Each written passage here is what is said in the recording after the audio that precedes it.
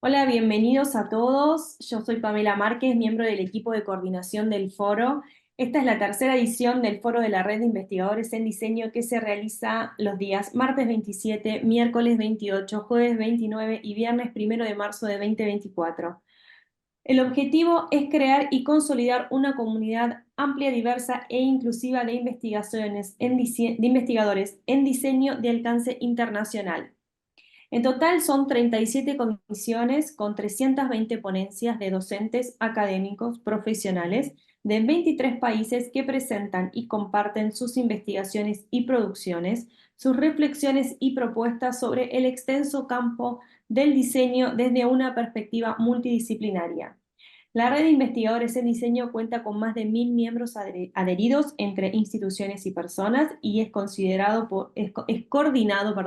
por el Instituto de Investigación en Diseño de la Universidad de Palermo. El foro es una actividad abierta al público, por eso primero va a presentarse cada expositor y al final abrimos un pequeño espacio para responder preguntas o hacer comentarios entre los expositores o leer preguntas que haya hecho la audiencia en nuestro chat. Las comisiones del foro se graban y están disponibles en nuestro canal de YouTube a partir del viernes 5 de abril del 2024. Y ahora sí, le vamos a dar comienzo a la primera expositora del día de hoy que nos acompaña desde Venezuela, Mirna Colmenares. Bienvenida. Hola, muchísimas gracias. Bueno, un gusto estar acá bueno, aquí compartiendo pantalla y tomando ya el tiempo. Bueno, en esta oportunidad yo traigo bueno, este tema de investigación donde se basa en mi experiencia profesional en los últimos 5 años y es en el área de señalética y señalización, tanto en arquitectura como en el espacio público. Entonces, a partir de eso, el objetivo general es brindar una visión descriptiva del diseño de proyectos de señalética y señalización en escala arquitectónica y escala urbana y se enfoca en las normas y códigos que regulan su implementación y las múltiples disciplinas, herramientas y conocimientos que participan en el proceso, ¿no? Los objetivos específicos son fomentar la colaboración interdisciplinaria y cómo éstas se integran y enriquecen el proyecto de diseño. Motivar a los diseñadores a valorar, fortalecer y ampliar su conjunto de habilidades y conocimientos y resaltar la importancia de la flexibilidad y la adaptabilidad en la resolución de problemas en la dinámica laboral. Entonces, en este esquema, lo que yo quiero describirles es cómo comienza como en un contexto bastante ideal, suponiendo que no hay muchos cambios, lo que es la línea de tiempo de lo que es un proyecto de señalética en arquitectura. Tomo solamente dentro del amplio campo, ¿no? De lo que es la señalética en la arquitectura, solamente me basé en como que la más simple en esta oportunidad, que sería el diseño de oficinas, ya que cuando la arquitectura es patrimonial ya empieza a complejizarse el proceso, ¿no? Porque más que todo por todo el tema de permisología y todo el tema que se tiene que respetar en lo que es patrimonio arquitectónico. En ese sentido, bueno, tenemos estos 5 pasos que empiezan de la siguiente manera, ¿no? Cuando ya el diseñador tiene el proyecto, comienza con la primera instancia, que es el levantamiento y el diagnóstico de lo que va a señalizar, ¿no? Entonces, esta definición del proyecto está la señalética en layout. Layout me refiero a un plano de arquitectura, que es una planta donde está a escala y con todas las plumillas necesarias para poder tener una lectura, ¿no? En este proceso, aparte de tener logo de cliente, servicios y espacios para definir, hay una serie de personajes que intervienen en este proceso y es los que nos van a dotar la información. Por lo general, el diseñador, cuando se enfrenta a este tipo de proyectos, empieza a tiene que empezar a comunicarse de una forma bastante hábil y precisa de todo lo que son los insumos que requieren para poder comenzar el proyecto. En este espacio de acá tenemos la normativa técnica y en el segundo, después, en esta situación, lo que requiere es de una normativa, aparte de un manual de marca del cliente. Esta normativa le corresponde a la administradora del edificio donde tú vas a trabajar, ¿no? Y la sección de seguridad o la ingeniería de seguridad y riesgo de lo que pertenece tanto al cliente como a la administradora de la edificación. A partir de eso, es que el diseñador tiene que recopilar esta información, investigarla, estudiarla y adaptarla al levantamiento y al diagnóstico que está realizando del espacio que va a señalizar. El tema de seguridad, la señalización de seguridad siempre es un ítem aparte porque eso tiene una regulación también específica y también requiere de un proceso y como que de un continuo aprobación, de una continua aprobación del ingeniero de seguridad y riesgo. En este primer bloque hablamos entonces de que el diseñador tiene que solicitar toda esta información, estudiarla, revisarla para poder tomar decisiones a la hora de llegar al paso 2, que es en la investigación y en el diseño. Luego, en el diseño del proyecto de señalética, diseño de pies, el diseñador debe comenzar a diseñar las piezas y realizar las especificaciones técnicas tanto en layout y en elevaciones a escala y realizar la codificación. A partir de esto, y en paralelo, él tiene que ya empezar a tener contacto con los proveedores para las muestras de acabado y tiempos de producción. Al mismo tiempo tiene que estar en contacto continuo, por eso coloco en esta barra aquí que es transversal a todos los pasos, que es la comunicación continua con con todas estas especialidades y profesionales con los que tiene que estar en continua comunicación para poder dar una línea o una producción exitosa, ¿no? En la muestra de acabados y los tiempos de producción, esto lo tiene que conversar y lo tiene que llevar bastante acorde con lo que se le da al proveedor, y las fechas de entrega, los horarios y la permisología le pertenece, esa es una información que se la tiene que aprobar el ingeniero director de obra. Luego de todas estas dos etapas, ya con los diseños, con ya una propuesta realizada, se lleva a cabo la presentación del proyecto. Esto es una reunión que va a tener cambios, se requiere de una minuta de reunión, se requiere de hacer listados de cambios y listado de adicionales. Este punto de acá es el más extenso dentro de todo el proceso, ya que esto va a requerir tiempos, apresurar los tiempos. Todo esto lo aprueba. Esta presentación se le tiene que hacer al gerente de comunicaciones, que es del cliente, al gerente de la administradora, al ingeniero de seguridad y riesgo del cliente o de la administradora de la edificación. A partir de allí comienza la cuarta, luego de todos los cambios y luego de todo lo que se listó como adicional, pasamos al cuarto paso ideal, que sería la revisión ya para aprobación. Estos mismos personajes que tenemos acá o protagonistas dentro de este proceso también son los que nos van a aprobar el diseño de la señalita. Y de ahí pasamos al diseño de los artes finales para producción y ahí entramos a todo lo que es la fabricación y a contacto continuo con proveedor y director de obra. Siguiendo la carta Gantt, que la que tengo esta barra aquí arriba, es como que el cronograma ideal, donde ahí tengo, porque en una obra de este tipo, por lo general siempre se están haciendo otro tipo de obras al mismo tiempo en que uno está diseñando la señaleta. Luego de los formatos, luego perdón, en este proceso de revisión, perdón, de producción, todos los formatos solicitados por los proveedores ya tienen que estar listos, ¿no? Que son los originales gráficos para producción, que requieren archivos para impresión alta resolución, corte láser, plotter de corte, etcétera. Todo va a depender del proveedor y de la pieza que yo diseñé y qué requerimientos de producción va a tener. Y el último paso, que sería la instalación y la entrega, es un recorrido donde las mismas personas que me aprobaron el diseño, que son tanto los encargados de la administradora y los gerentes de comunicaciones, que son los que están todo el tiempo familiarizados con el manual de marca de su empresa, son también los que me van a acompañar en el recorrido y los que van a aprobar. Por lo tanto, a este punto pasamos al sexto, que es la entrega. Ya se entregó la obra de señalética, el proyecto de señalética, y entregamos una documentación que cada una de estas personas nos va a solicitar y se hace una entrega as-built. Esta es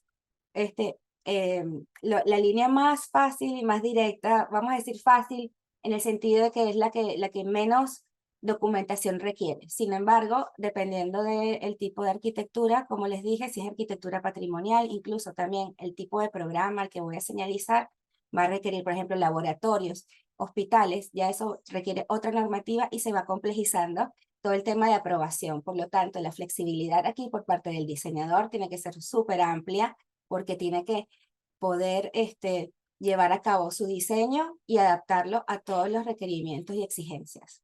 Las habilidades tienen que ser de en organización y comunicación, gestión de proyectos, conocimientos de materiales acabados para interiores, herramientas, por ejemplo, como el dibujo a mano alzada, manejo de escala, gráficos vectoriales, edición de imagen y modelado 3D. Ahora paso al diseño urbano, que es un esquema prácticamente, es casi igual, solo que aquí interviene en todo nuestro proceso de aprobación y de seguimiento lo que es la legislación urbana. Entonces, en este primer punto, tenemos que nuestro levantamiento y diagnóstico, si bien Emma, perdón que te interrumpa, pero como ya se cumplió el tiempo, no sé si querés ir directo a la conclusión o hacer... sí, bueno, la conclusión es que tanto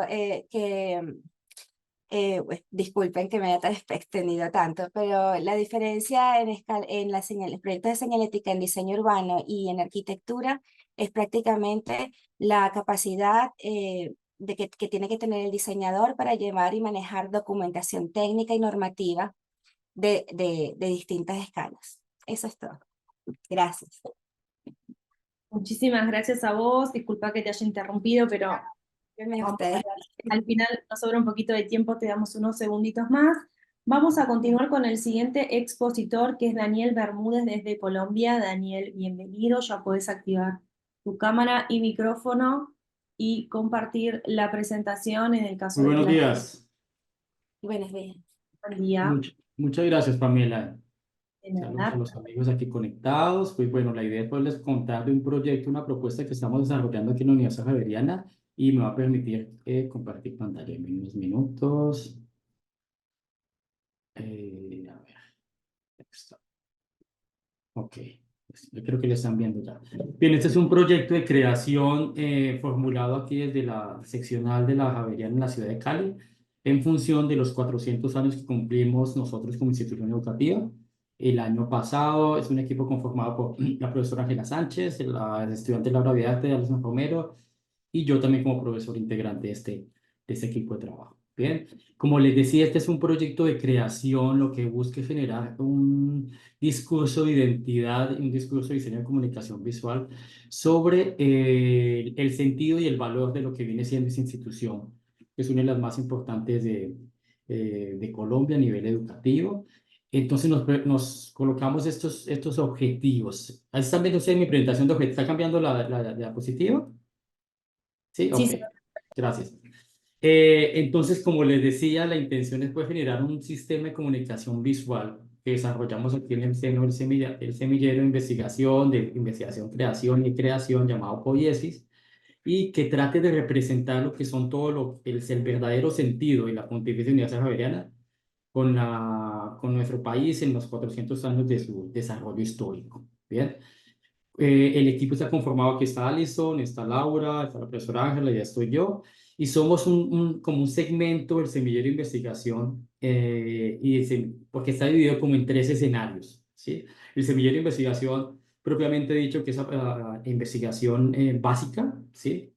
Que no es el caso de esta iniciativa. Luego tenemos una línea que es de investigación, creación ya, quizás ya a investigación aplicada, y un escenario de creación propiamente dicho, que es lo que estamos nosotros trabajando en este ejercicio de trabajo. Bien. Eh, lo que sucede es que esta es una institución de las más antiguas de todo el continente desde el punto de vista de la formación universitaria, y queremos de cómo esos valores y principios fundacionales generados desde la pedagogía ignaciana se puedan representar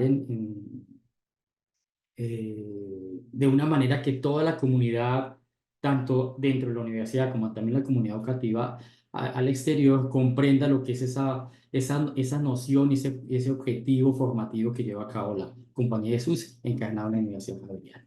¿Sí? Para ello nosotros nos fundamentamos como en estos principios que nos habla Freiling de la investigación para investigación sobre investigación a partir del diseño, a través del diseño. En este caso es para, en la cual tiene una relación directa con la práctica y el ejercicio cotidiano del diseñador de comunicación. Y definimos como los diferentes caminos y etapas de desarrollo de trabajo a partir de elementos que fuimos tomando del design thinking, del diseño centrado en las personas, la solución creativa de problemas, etcétera, ¿sí? En estas 6 etapas que es definición, investigación, generación, desarrollo, validación y entrega. El concepto del proyecto de diseño se enmarca a partir de alimentarse lo que son los elementos esenciales de la espiritualidad ignaciana, ¿sí? Que se manifiesta en una institución como lo es la Universidad Javeriana. Y que ante todo nosotros no, digamos, no somos un centro de formación propiamente dicho, ¿sí?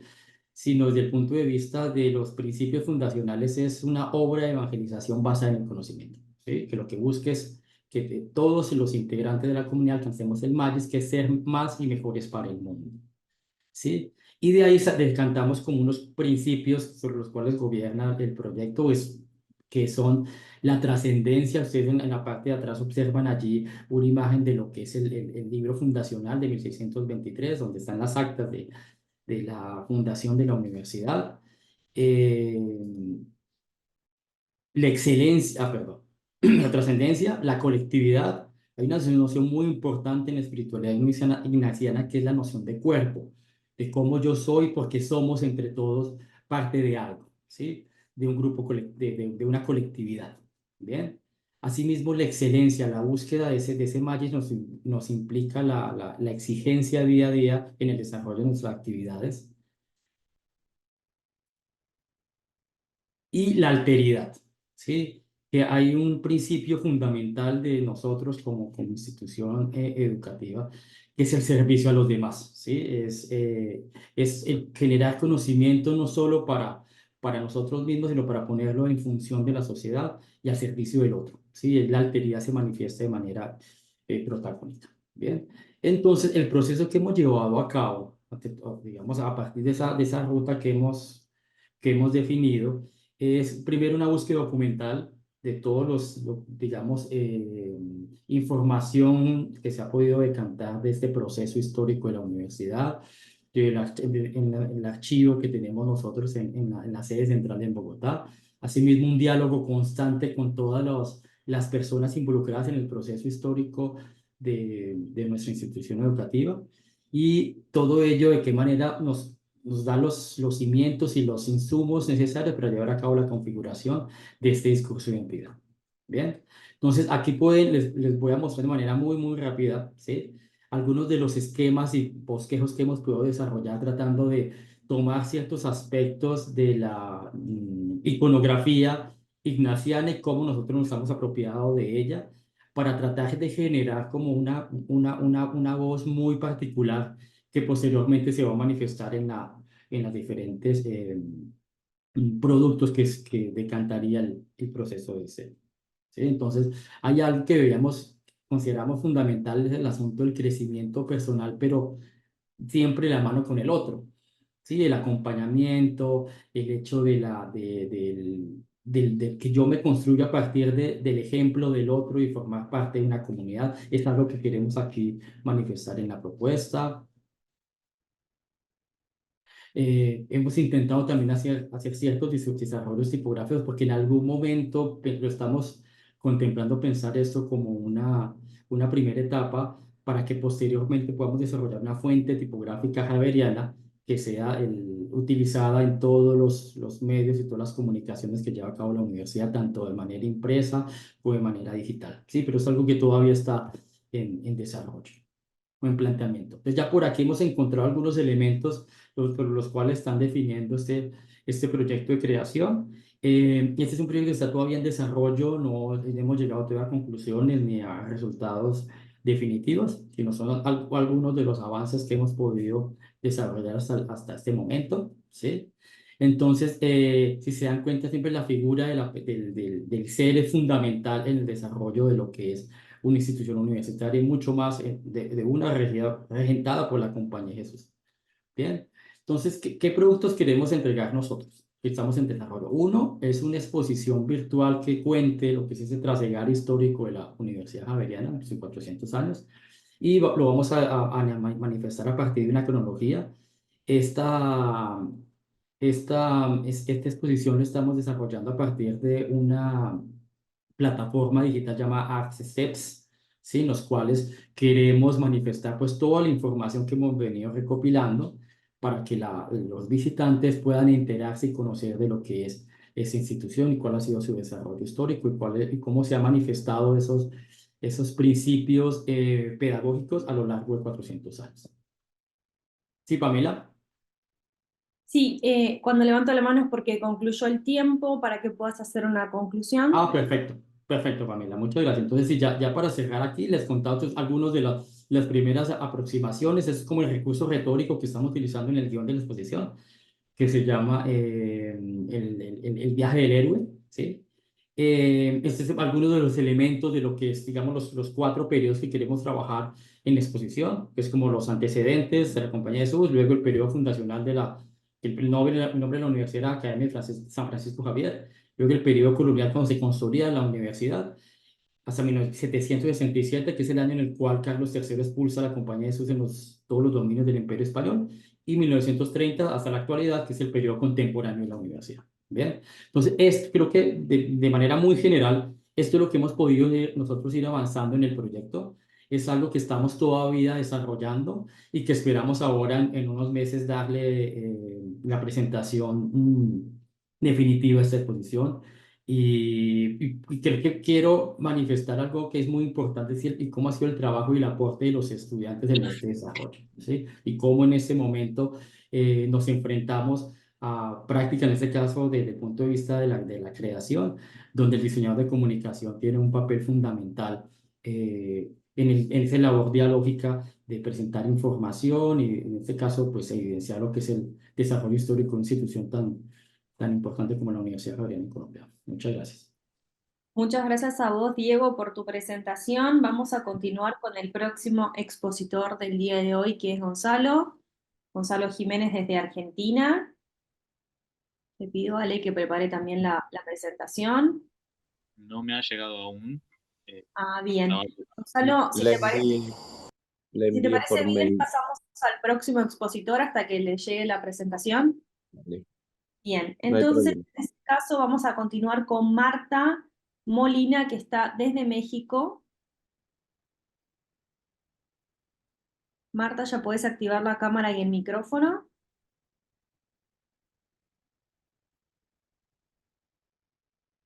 Marta, ¿nos escuchás? Ale tiene los comandos, ¿no? Sí, ya te escucho, muchas gracias. Muy bien. Está conmigo también Odali, entre las dos vamos a hacer esta presentación. Ya tiene ella también acceso, me parece. Ale, Eh, no sé si, bueno, ok, ya está mi video.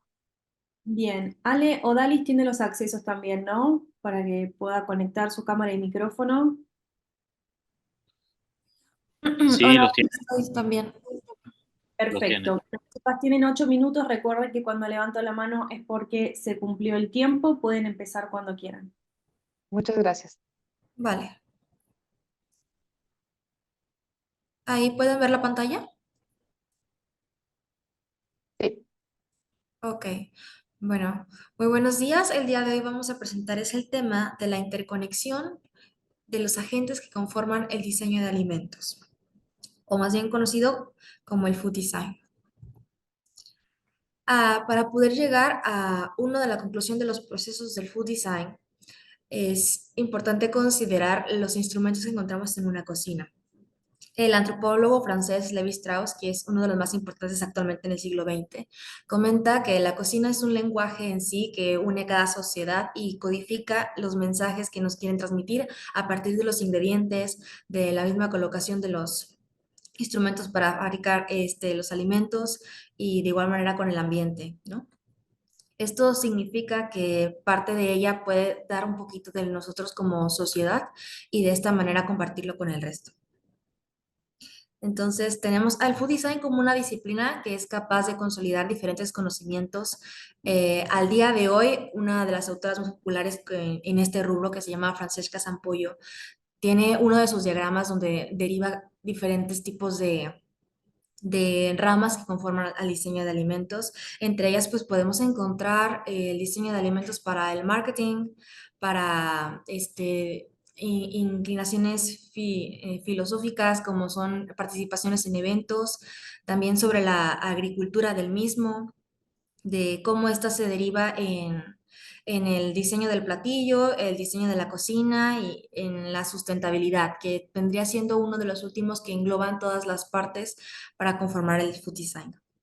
Entonces, culturalmente tenemos a la sostenibilidad como uno de los pilares y dentro de este pilar, pues podemos ver aspectos sociales, culturales, económicos, tecnológicos y como principalmente actualmente nos interesa un poco más el medio ambiente.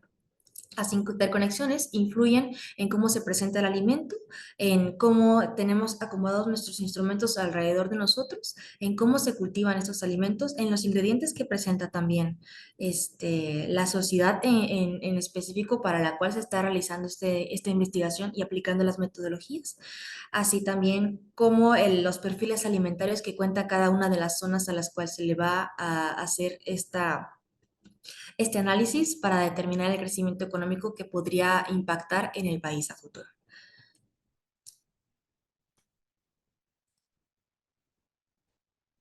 Maestra. Bueno, muy bien, continúo. Entonces, este punto de la innovación sostenible es algo en lo que queremos detenernos y recapacitar. Este movimiento Food Design tiene sus orígenes en Europa a finales del siglo XX y la innovación sostenible es precisamente mantener el equilibrio y mantener todos los niveles del proceso de diseño en la misma sintonía, permitiendo que pueda prevalecer el producto final aún y con los cambios emergentes que se pueden presentar en la producción del mismo.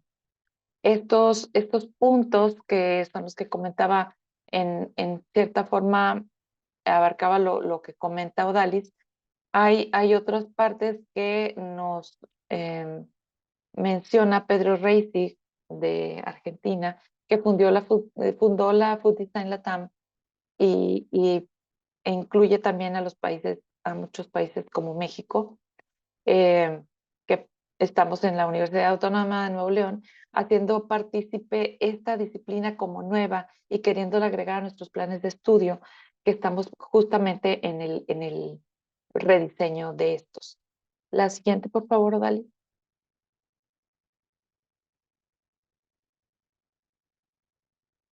Bien, Pedro Reisig nos maneja estos puntos como principales, que son la producción desde donde se inicia la práctica de la agricultura, la ganadería y la pesca, de donde provienen los alimentos. Después de ella pasa al procesamiento o a la transformación industrial, semi-industrial o artesanal, que es como últimamente tenemos esta tendencia de los productos artesanales, al menos en México, y el food design está cobrando eh, un auge bastante importante.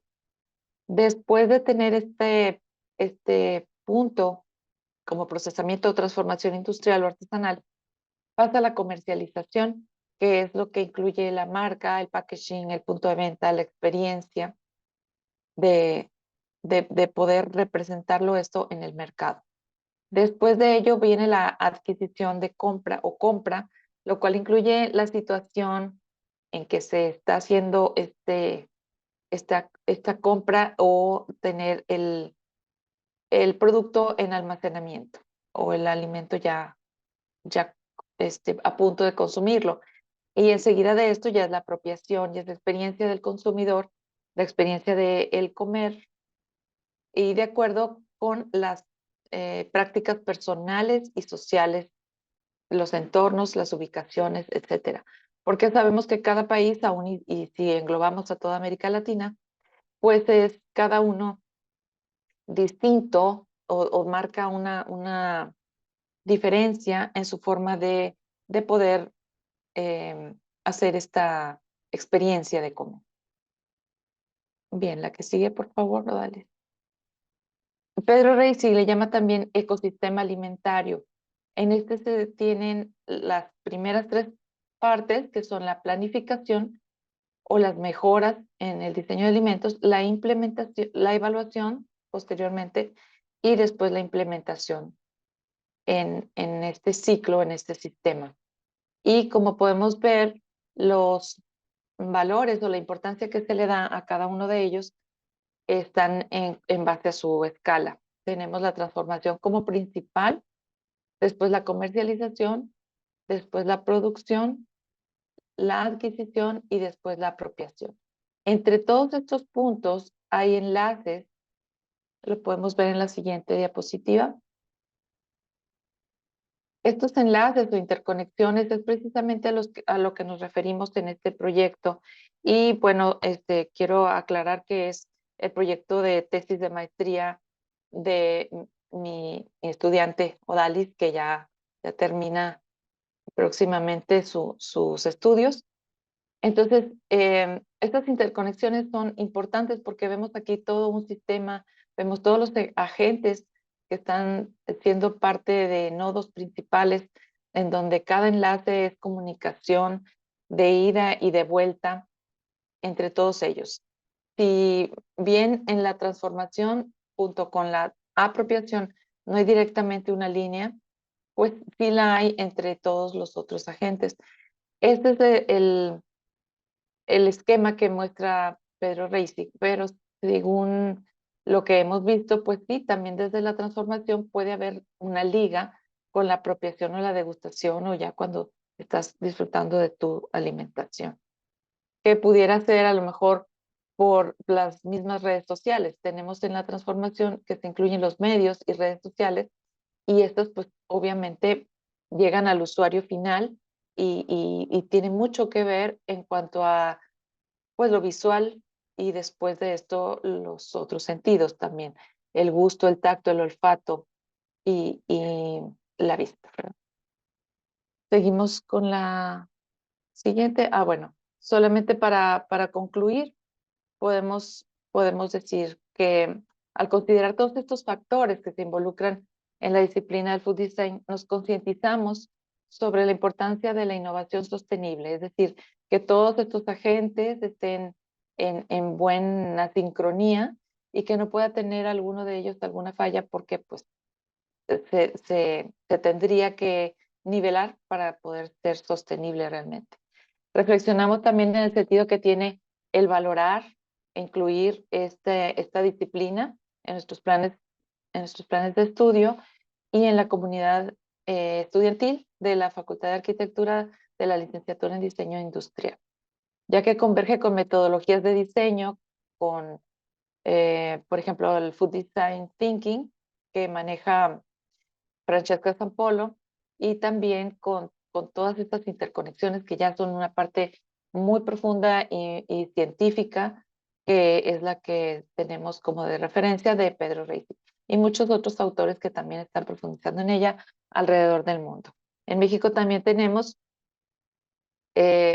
diferentes autoras que están profundizando en el design food, en el food design, perdón, y pues creemos que hoy en día tiene mucho auge y tiene también mucho futuro relacionada con el diseño industrial. Por sí sola, se maneja bien y va creciendo esta disciplina.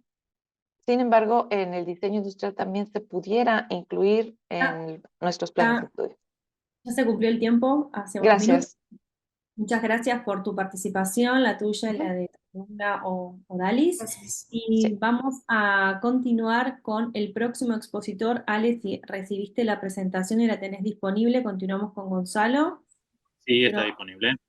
Perfecto, así que ya puedes compartirla. Gonzalo, si querés puedes activar la cámara. Ahí estoy, buenísimo. A ver. Ale,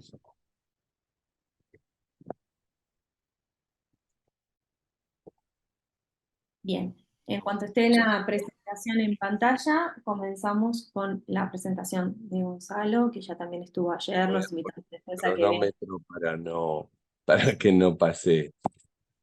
lo que a otros expositores, así me quedo en horarios. Ale, ¿estás pudiendo compartir la presentación? Bien. Perfecto. Lo podemos ver. Gonzalo, cuando quieras. Buenísimo. Bueno. Básicamente, hoy nos convoca la dialéctica de género versus la analítica de género, que todo el tiempo escuchamos hablar de palabras como género y pocas veces se explica cuál es el sentido. Tuve el año pasado la posibilidad de hacer un EP en la Universidad de Toronto, donde estudié lo que es Gender Based Analytic Design. Y es mi idea compartirles a ustedes un poco las reflexiones de todo lo que fui aprendiendo en este tiempo. Como vemos en el gráfico, solamente generalmente hablamos de género, nos referimos a la diferenciación de lo que en realidad son sexos. Los géneros están muy vinculados con todos estos factores que se ven en la imagen. Por eso primero nos enfocaremos en definir aquello a lo que yo llamo la dialéctica de género. Desde mi constructo simbólico estructuro la dialéctica de género, la cual es la génesis de muchas de las aplicaciones en políticas públicas y empresariales, incluido el lenguaje y el diseño de la actual perspectiva de género de la que tanto se habla. En adelante abreviaré como DDG y PDG respectivamente, que desde mi perspectiva y frente a la evidencia de uno de los trabajos de campo e investigación desarrollados, podría definirse hoy como un conjunto de preconceptos teóricos que emergen de postulados conjeturales erróneos por malas interpretaciones de la epistemología subyacente de sus autores o de sus pensadores, desde donde se desarrollan conjuntos de opiniones arbitrarias y parciales de manera sinecdótica para totalizarse en dogmas incuestionables sobre el género y sus leyes orgánicas. Puedes pasar a la diapositiva 3, por lo cual, ahí está, por lo cual, sin una verdadera analítica de género en adelante, ADG, según la define la Oficina de Global Affairs en Canadá, que es el ente dedicado gubernamental dedicado a estos estudios, nos preguntamos qué es la analítica de género. El análisis de género se refiere a la variedad de métodos utilizados para comprender las relaciones entre hombres y mujeres, su acceso a los recursos, sus actividades y las limitaciones que enfrentan entre sí. El análisis de género proporciona, la próxima diapositiva, por favor, proporciona información que reconoce la diferencia entre sexos y el género y el sexo como diferentes y complementarios a su vez, y así como sus entrecruzamientos en relación con la raza, el origen étnico, la cultura, la clase, la edad, la discapacidad, la religión y cualquier otra condición. Es importante entender que los diferentes patrones de participación, comportamiento, de actividades y de que las mujeres y los hombres tienen en las estructuras económicas, sociales y jurídicas para desarrollar esta estructura de la dialéctica de género diferenciada de la analítica de género. Próxima diapositiva, por favor. Por lo cual, desde esta perspectiva, el eje del cual debe partir todo análisis de rigor científico son los datos duros, no las interpretaciones políticas o ideológicas, sino el lugar neutral de la ceguera de género o el gender blindness, para poder llegar a las definiciones de género o visión de género, como la llamo yo, y a la que al final he terminado denominando gender signness, donde las relaciones de género se visualizan en un análisis socioeconómico integral y funcional que tendrá en cuenta cada una de las condiciones a las que son expuestos hombres y mujeres, cualesquiera sean sus relaciones, y los efectos directos e indirectos de ellas, desde las políticas y las comunicaciones o desarrollo que los atraviesan en su desenvolvimiento en la sociedad y en cada entorno donde accionan, desde acciones simples a acciones complejas, lo cual no busca garantizar la satisfacción de los derechos inherentes a cada género, partiendo desde las diferencias entre hombres y mujeres, desde lo biológico, lo psicológico, lo psíquico, lo cultural, lo étnico, las habilidades en lo espacial y lo operacional, sino también visibilizar las necesidades de construir entornos y objetos útiles y seguros a cada uno de ellos, visibilizando también los diferentes roles que desempeñan hombres, mujeres, niños y niñas en la sociedad entendida en cada uno de sus estamentos: familia, comunidad, entorno económico, educativo, legal, político, gubernamental, recreacional, de salud, en cada uno de estos actores. Una verdadera perspectiva de género no debe entenderse desde la dialéctica de género, sino centrarse en lo antedicho y en las razones de la actual división de roles, responsabilidades, beneficios y sus efectos presentes y futuros en la detención y restauración de los perjuicios producidos por los discursos carentes de lógica y o datos que fundamenten esas políticas, que lejos de reparar daños los aumentan o los ignoran, con o sin dolo directo y o eventual, lo cual no es el motivo de este texto y será tarea de los responsables gubernamentales el determinar.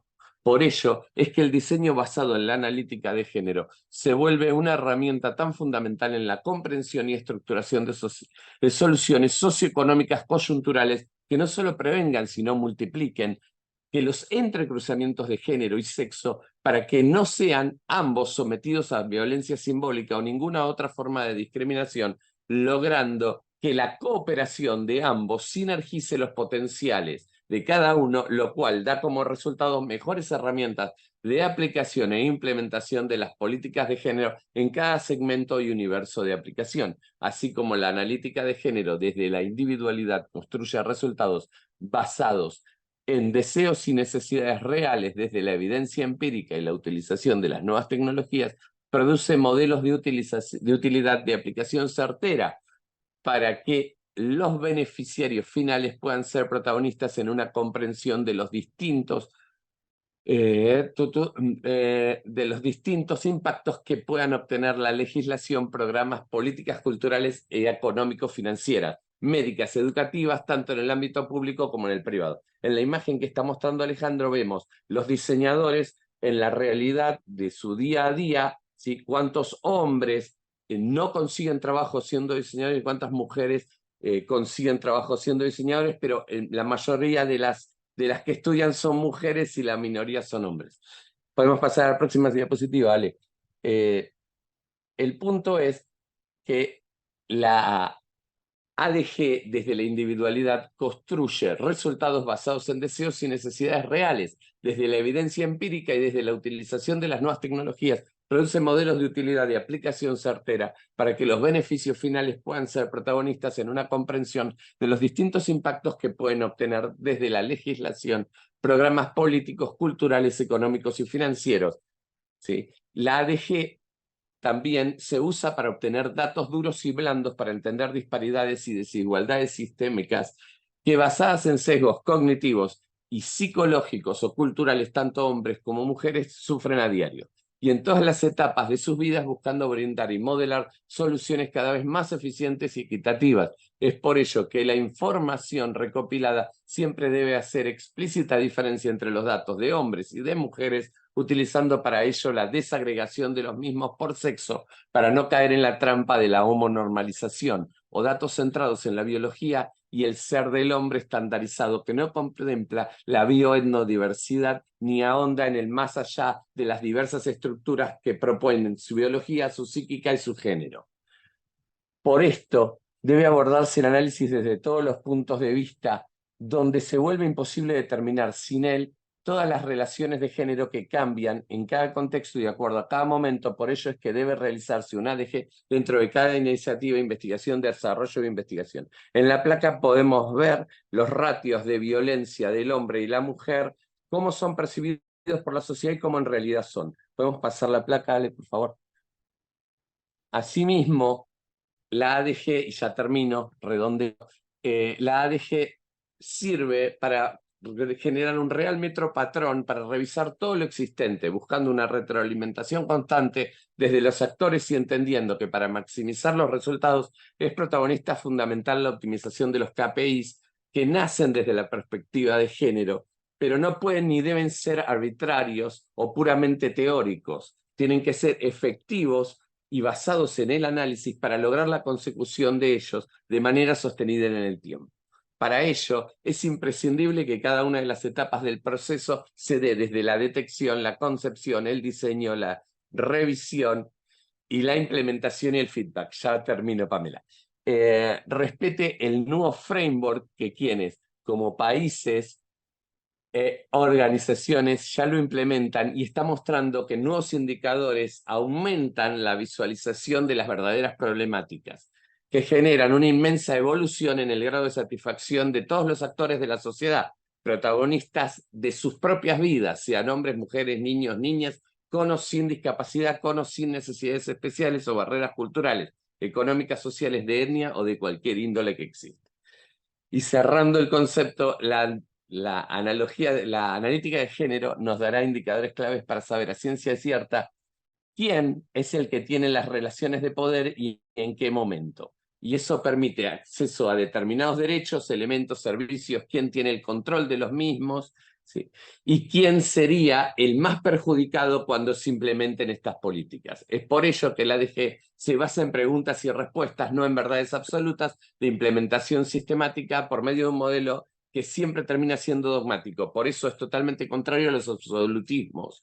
Y la política de género debe centrarse en la ADG porque importan las personas y sus circunstancias y no las ideologías de ciertos colectivos. La ADG es un método de trabajo en donde ninguna decisión se toma sin tener respuestas claras, verdaderas y objetivas que fueron antes probadas por la ADG. Muchas gracias por escucharme. Muchísimas gracias, Gonzalo, por tu presentación. Vamos a continuar ahora con Natalia Bedoya desde Colombia. Hola, buenos días. Buenos días, Natalia. Listo. ¿Ahí lo están viendo? Sí, perfecto.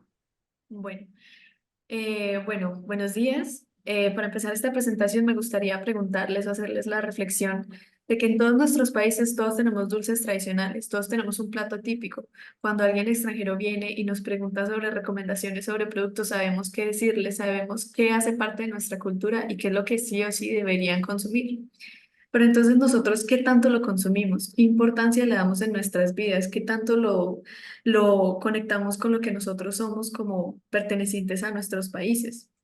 Bueno, respecto a eso, pues me puse a buscar un poco, estuve investigando al respecto referentes en cuanto a los países y hay un planteamiento de metodologías para la exaltación de esos productos tradicionales como medio de la comunicación cultural colombiana y este ha sido muy poco desarrollado pensándolo desde esa tradicionalidad. Entonces, ¿qué es lo que necesitamos? Básicamente, hay una necesidad de esa inclusión de procesos de diseños que en este medio está mucho la innovación, que estamos cambiando mucho nuestros entornos, pero no estamos enfocando en esos productos alimenticios. Y básicamente, pues entonces, ¿eso para qué serviría? ¿Para qué nosotros necesitamos innovar y alimentar esos procesos en nuestros productos tradicionales?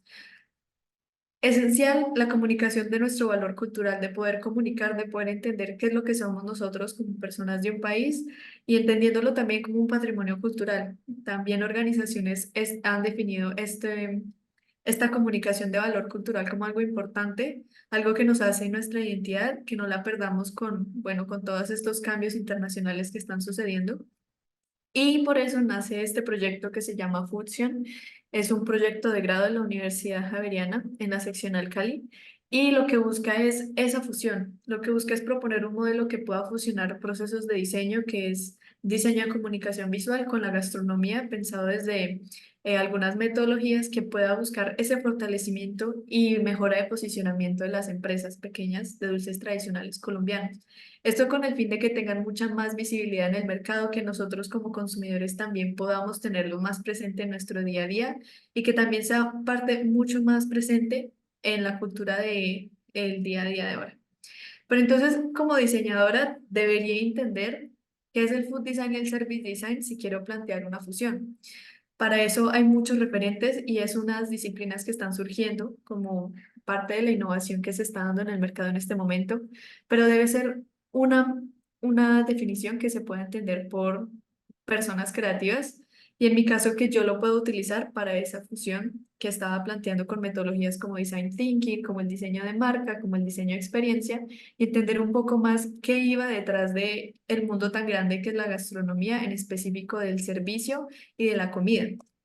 Entonces, pues bueno, después de la investigación de muchos referentes, de buscar, de analizar, de ver las empresas colombianas, de entender qué es lo que pasa detrás, pues partimos del food design como esa nueva perspectiva del diseño y esta busca mejorar una relación del consumidor con sus alimentos, o con la comida tanto a nivel individual como el colectivo, pensándolo como una cultura. Aquí abordamos procesos creativos para la elaboración de la mejoría de, para y sobre los productos gastronómicos, y esta se entiende como elementos como un canal para crear mejores experiencias sensoriales. Este proceso del food design lo que quiere es incluir el diseño del producto, su contexto, experiencias, procesos, tecnologías, prácticas, entornos, sistemas, entre otras. Y como hemos visto, también el food design es tiene la capacidad de poder vincularse con otras disciplinas, en este caso buscando vinculación con el diseño. Y en este contexto se puede ver como una promoción cultural.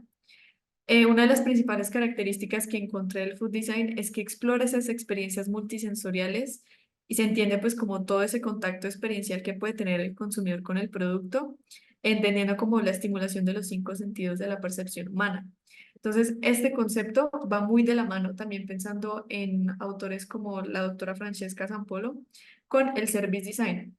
Entonces, bueno, también buscar lo mismo, entender qué es el service design y cuál es la diferencia entonces con el food design. Y es básicamente solamente enfocado en esos servicios. Aquí lo que se busca es buscar, bueno, desde la perspectiva del consumidor, cómo esos procesos colaborativos interdisciplinarios podrían mejorar y generar esas experiencias placenteras creativas entre, bueno, en este caso entre las empresas y el consumidor, pensándolo en empresas pequeñas, empresas que manejan cabezas de familia, que buscan maneras diferentes de subsistir, personas que de pronto estén en carretera, que tengan mercados tradicionales y que puedan contar con esa participación para sus intereses, de modo que haya una capacidad como de explorar el ecosistema del producto y así desarrollar como esos procesos innovadores en los que se generan esos sistemas simultáneos de producción y también el consumo de manera armoniosa. Entonces, ¿qué pasa con el service design? Lo que busqué es que lo que hace es crear como ese rango de satisfacción influenciado por estrategias que abordan esos sentidos y las experiencias que puede tener con la empresa. De esta manera se puede considerar que sea un servicio útil, que sea funcional, que sea aplicable no solamente a la tradición colombiana, sino a otras tradiciones, a otros países, que sea efectivo, que sea deseable, que sea considerado también un ambiente entero del servicio. También pensando en la extranjería, las personas que vengan acá, que tengan ese estímulo de la misma manera que pueden sentir la cultura a través del servicio y la comida. Entonces, entendiendo cuáles son estos conceptos y pudiéndolos aplicar más fácilmente al diseño, pues entonces, ¿qué es lo que sigue? Ya conocemos los conceptos, pero debemos aplicarlos a nuestro entorno. Básicamente lo que se hizo después y lo que se está desarrollando en este momento es, bueno, ir a buscar esas empresas colombianas pequeñas y poderles dar como esa conexión, poder construir en conjunto desde el diseño, desde la academia, desde la investigación, pero también desde la realidad, desde la experiencia, desde lo que realmente está pasando en el mercado, cómo se puede hacer esa fusión desde el diseño y también con estos aspectos de la gastronomía para que sea un proceso mucho más claro cultural en el entorno. La idea es que estas empresas sean mucho más relevantes en el mercado, que no sea solamente como un consumo internacional para conocer cultura, que eso está perfecto, pero también como parte de nuestro país debemos ser más conscientes de esos productos que al fin y al cabo nos hacen nosotros, que hacen parte de nuestra identidad, en este caso como Colombia, que hacen parte de lo que significa ser colombiano, cómo sabes ser colombiano, cómo se ve ser colombiano de cierta manera viéndolo desde la perspectiva de la comida. Entonces, pues lo que se busca es hacer esa fusión y que se pueda hacer un trabajo colaborativo. Entonces, pues de acuerdo a esto, pues empezaron a buscar esas referencias, desde el diseño como el manual de Oslo, hasta pues como la doctora Zampolo, que en este momento está proponiendo estrategias o metodologías como el Food Design Thinking, que también de cierta manera hizo una sinergia con el diseño, pero lo que se busca es que sea mucho más aplicable a la cultura y que sea en específico a esos productos tradicionales. Y bueno, esto sería todo. Muchísimas gracias. Muy bien, muchísimas gracias, muy bien con el tiempo también, te agradecemos mucho tu presentación. Vamos a continuar ahora desde Argentina con Ariel Matías Ibarra. Muy bien, Ariel, ya te vemos, cuando quieras compartir la presentación. ¿Ahí se ve bien? Ahí se ve perfecta. Perfecto. Bueno, en principio quisiera agradecer la participación de esta presentación, que se titula Apuntes sobre la enseñanza del diseño editorial aplicado a la comunicación proyectual, y en realidad se enmarca en el concepto de análisis de las prácticas de enseñanza en un caso específico que es una asignatura optativa, un espacio curricular optativo, se llama Introducción al Diseño Editorial. Breves comentarios como para empezar sobre qué características tienen los sistemas de educación superior en la actualidad. En este caso, me parece importante mencionar estos procesos de diversificación, expansión que tuvieron en estos últimos años, y en algún sentido, cómo impactaron los procesos de acreditación y evaluación institucional en la configuración de estos sistemas, tanto a nivel internacional como a nivel nacional. En el caso de Argentina, se empiezan a implementar estas políticas o estos procesos a partir de la Ley de Educación Superior de 1995.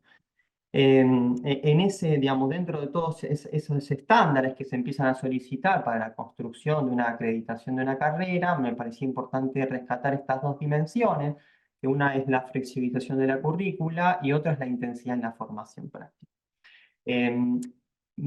Si pensamos en esta, yo pertenezco a esta facultad, la Facultad de Arquitectura, Planeamiento y Diseño de la Universidad Nacional de Rosario. Es una facultad que tuvo históricamente una sola carrera, que es la de arquitectura, que cumplió el año pasado 100 años, y en este proceso de diversificación que antes comentaba, se crean dos carreras más, que es la de diseño industrial en el 19, un segundito, bien. En el 19 y en el 2023, el año pasado, se crea la licenciatura en diseño gráfico. En ese contexto de acreditación de las carreras, en el 2008 se realiza en arquitectura una modificación del plan de estudio tratando de adecuarlo a esas políticas, y se incorporan dos elementos que son pertinentes a este discurso, que es el proyecto final de carrera por un lado y los espacios curriculares optativos por otro. En ese proyecto final de carrera, o en realidad como requisito para poder aprobar ese último trayecto, que es el último año de la carrera, se le solicita a los y las estudiantes, se le solicitaba, ya no se le solicita más, o sea, además de la documentación gráfica o los planos que en algún sentido representen ese proyecto, una documentación, una publicación impresa que acompañaría el proceso, digamos, un registro del proceso proyectual y un marco teórico. Esto es una demanda que en realidad a los y las estudiantes de arquitectura era muy difícil de sobrellevar. En tal sentido, en el 2019, con un equipo de docentes, nos propusimos generar un poco en base a esa demanda un espacio curricular optativo que se titula, como les decía, Introducción al Diseño Editorial, que es de características semestral, ¿no es cierto? Es una materia que pueden o no tomar los y las estudiantes. Cuando empezamos a pensar, bueno, cómo íbamos a diseñar esta asignatura, nosotros nos valemos de un marco metodológico y conceptual, que es una publicación del 2016, que en realidad recopila, bueno, material, digamos, autores, por lo general argentinos, contemporáneos y tradicionales en el campo del currículum y la didáctica, ¿cierto? En base a ese marco, en realidad un poco a partir de este marco, nosotros traemos a colación tres conceptos que nos parecen importantes a la hora de la planificación, que una es el de mediación, el otro es el de escalas y el tercero es el de coherencia. En ese sentido, las autoras proponen que planificar, bueno, es un acto de mediación que implica articular de manera coherente múltiples escalas y dimensiones. Nosotros, en este caso, en este acto de mediación, partimos de este contexto particular que, como les comentaba, tenía que ver con ciertas dimensiones políticas, curriculares y demás, y digamos, nos trasladamos, o en realidad hacemos un juego dialéctico entre esta disciplina del diseño gráfico y en específico el diseño editorial. Nosotros nos propusimos, como es un espacio curricular optativo, tomar esta materia, esta asignatura, como un territorio de exploración de las prácticas de enseñanza. En ese sentido tenemos una mirada reflexiva sobre las propias prácticas, o sea, de monitoreo, y en realidad también en cada uno de los ciclos en los que se va dando esta asignatura, se va tomando notas, se van haciendo reuniones y se van haciendo ajustes año a año. Esta es una asignatura que ya tuvo cuatro ediciones.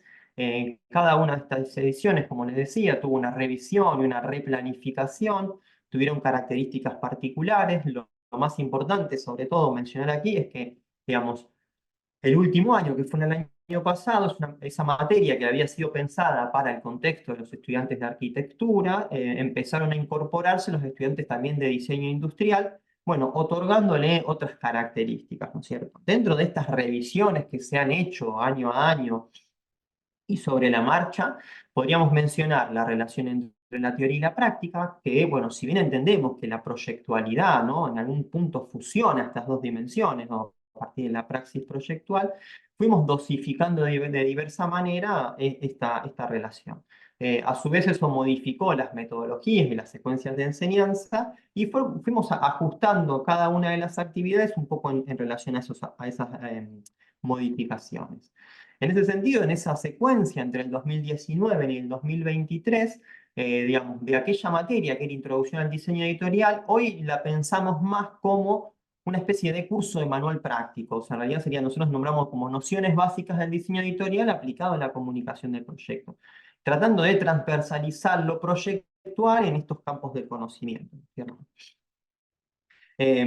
Para ello nos propusimos esencializar, por un lado, los contenidos conceptuales y procedimentales. Más o menos en esta procesualidad o en esta secuencia, que por un lado es partir de la definición, que es la de Jorge Frascara sobre el diseño editorial y el diseño gráfico en términos generales o de comunicación visual, a partir de esa definición construimos categorías, ¿no? Construimos unas categorías que parten de esa definición y después diseñamos actividades de aplicación de estas categorías. A su vez, esto es cómo lo pensamos, cómo diseñamos la planificación, pero también en algún sentido es cómo la enseñamos y también es un poco cuáles son los criterios que se evalúan después a la hora de explicitar todos estos procesos. Una última, y ya cerrando, una última salvedad en relación a esto de aprender haciendo, de enseñar a proyectar proyectando. Nos valemos de, bueno, varios textos que escribió este autor sobre que hace esa advertencia, ¿no?, sobre, bueno, que hay un alto grado de indeterminación sobre cuáles son los conocimientos que se ponen en acto en la proyectualidad y un nivel de incertidumbre sobre cuáles son las estrategias didácticas que se adecuarían un poco a esos conocimientos. En tal sentido, nosotros proponemos un poco también en este carácter de reflexión y de monitoreo, esa estrategia, ¿no?, en la enseñanza proyectual como práctica simulada, pero tratando de incorporar dispositivos de evaluación que en algún punto posibiliten explicitar aquellos procesos que se hacen de manera implícita a partir de la explicitación de los mismos. Bien, bueno, muchísimas gracias. Muchísimas gracias a vos por la presentación, súper bien con el tiempo también, muchas gracias por eso. Vamos a continuar ahora desde Ecuador con Mariana Lozada y Andrea Rivadeneira. Bienvenidas. Muchísimas gracias, Pamela. Por favor, ya estoy compartiendo la pantalla, ¿se ve, verdad? Sí, perfecta se ve. Muchísimas gracias. Empezamos. Muy buenos días con todos. Mariana Lozada y Andrea Rivadeneira, quien les habla, de la Pontificia Universidad Católica del Ecuador. Nos place poder compartir con ustedes el proyecto de investigación que estamos desarrollando, Diseño para el Futuro, donde hemos evidenciado un pendiente para Latinoamérica. Esta investigación se enfoca en la contextualización del origen de los estudios de futuro. En primer lugar, hemos identificado bases teóricas y conceptuales que nos permita generar una reflexión sobre qué tiene que ver con el diseño gráfico para poder comprender e identificar cuál sería el rol de los diseñadores en este contexto con el fin de abrir espacios en la academia a nivel de Latinoamérica. Partamos entonces de entender qué son los estudios del futuro. A nivel general, siempre tenemos esta pregunta de cómo será el futuro, y tal vez es una de las preguntas menos contestadas. No sabemos cómo será el futuro. Sin embargo, nacen los estudios del futuro, que son todas estas acciones en las que varias disciplinas basadas en métodos científicos o métodos estructurados, empíricos, se han dedicado a investigar y analizar con el fin de entender las transformaciones y las tendencias del mundo. Esto con el fin de proyectar posibilidades de intervención posible a ciertos problemas. Es en este sentido que nosotros estamos investigando para determinar cómo el diseño gráfico es parte de los estudios del futuro. Partimos entonces en nuestra investigación con el proceso histórico para determinar cómo se han generado los estudios de futuro y cuál va a ser la aplicación, en qué momento aparece el diseño gráfico en estos estudios del futuro. La investigación se realiza para la comprensión del origen y la transformación y evolución de los estudios del futuro. Como se puede evidenciar en la gráfica que ustedes visualizan, el análisis del futuro ha sido continuo a lo largo de la historia y ha aportado en el desarrollo de diferentes conceptos y metodologías. Cabe resaltar que son hitos sumamente importantes y yo puedo destacar en este momento en la presentación que en 1950, después de la Segunda Guerra Mundial, que generó un hito donde se evidencia la necesidad de estar preparados para el futuro. Es en 1950 donde se establece el per se concepto de estudios del futuro, donde se analizaba las tendencias, datos para poder tener una tendencia de estar preparados para el futuro. También quisiera nombrar que en el año de 1970, Eleonora Barberi empezó a desarrollar un enfoque tecnoeconómico, donde enfatiza todas las características de previsión humana y social, donde pone como principal eje la presencia del ser humano, porque el futuro hay que proyectarlo en función de un beneficio, de un mejor futuro para el ser humano. En este proceso histórico, hemos identificado que se ha generado 3 escuelas de estudios de futuro. La escuela anglosajona, la cual su enfoque es principalmente matemático, estadístico, cualitativo, donde se han identificado factores que construyen y evalúan, de tal manera que es completamente idealista. Lo que busca es una planificación estratégica y militar, sin embargo, con el tiempo se ha adaptado a procesos empresariales. Tenemos la escuela francesa, en cambio, su enfoque es completamente estructural, estratégico y territorial. Se lo maneja con un carácter correctivo y tiene un impacto significativo en las áreas de planificación estratégica para la toma de decisiones en perspectiva empresarial. Y tenemos a la escuela latinoamericana, que es el punto de mayor énfasis de nuestra investigación, donde nace como respuesta a la necesidad para comprender y anticipar los cambios y desafíos que enfrenta la región en los ámbitos políticos, sociales, culturales, ya que justamente es Leonora quien establece que el ser humano es el principal eje y tiene este carácter participativo, donde se toma al ser humano como principal punto de partida para los procesos de investigación. Con estos conceptos, con estos antecedentes identificados, nosotros hemos avanzado a poder entender qué es lo que busca entonces los estudios de futuro e identificamos que lo que busca es proponer un futuro deseado. Por ello, hemos considerado que Godet establece 3 momentos temporales que permiten desarrollar el trabajo estructurado, que es el pasado, el presente y el futuro, donde lo importante es que entendamos que la retrospectiva, ¿por qué es importante estudiar estos 3 momentos? Porque a nivel de retrospectiva, el pasado es lo que nos permite explicar el presente y la prospectiva nos dice que el futuro es lo que le da el sentido al presente. También es importante destacar que Del Valle nos indica que debido a la incertidumbre que vamos a tener sobre el futuro, es fundamental tener una buena investigación para poder reducir la subjetividad y poder mejorar estos escenarios. Lo que buscamos es entender cómo en estos posibles futuros se generan estos escenarios, cómo interviene el diseño gráfico. Para ello le doy paso a mi compañera Mariana Lozada para que nos comente cómo hemos visto ya lo que se inmiscuye el diseño gráfico en estos procesos de estudio de futuro. Gracias. En el caso del diseño, los últimos años han dado lugar a nuevos términos y prácticas como el critical design, design fiction, radical design, speculative design y otros, que aparecen en una época en la que nos enfrentamos a problemas sociales cada vez más complejos, donde se vuelve necesario un cuestionamiento más amplio de la práctica del diseño. Iniciamos esta fase analizando la gráfica que ven en pantalla de Microbic, que engloba ciertas prácticas de diseño y se enfoca en el diseño especulativo como una práctica hacia el futuro, sin ser muy evidente su vinculación con el presente, con el pasado, con el futuro. Ahora, al vincular este cuadro con el cono del futuro de Charles Taylor, se amplía esta idea de la práctica del diseño para el futuro, donde se evidencia la proyección de escenarios para tratar de llegar a un futuro preferido. Entonces, establecemos una nueva gráfica que muestra con mayor claridad la presencia del diseño en el pasado, presente y futuro.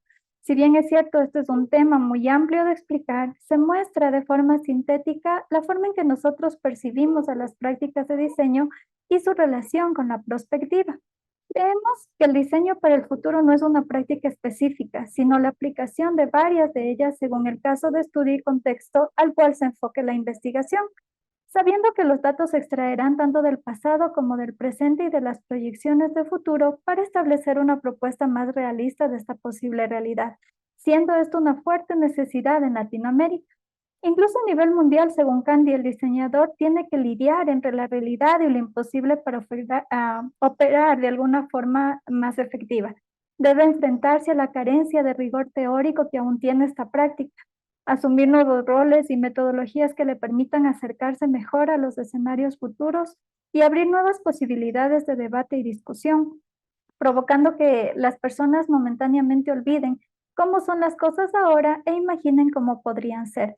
Por lo tanto, existe un desafío grande para las universidades, pensando en que podría convertirse en una plataforma para la experimentación, especulación e incluso reinvención de la vida cotidiana, alimentando la profesión con imaginación y abriendo nuevas posibilidades que no solo se vinculen a la tecnología, al uso de materiales o a la fabricación, sino también a la narrativa, el significado y a repensar la vida cotidiana, empoderándose de los pensamientos y provocando la acción, el debate y la inspiración. Entonces, podríamos decir que diseño para el futuro es una práctica transdisciplinar de encuentro entre diferentes formas de practicar y entender el diseño que se relacionan con estos estudios de futuro y que mediante un análisis crítico y reflexivo de los aspectos a abordar, asumen ese rol activo de cambio social que se basa en la complejidad del ser humano y se inserta en un mundo de experimentación y de nuevas alternativas que permiten construir ese futuro.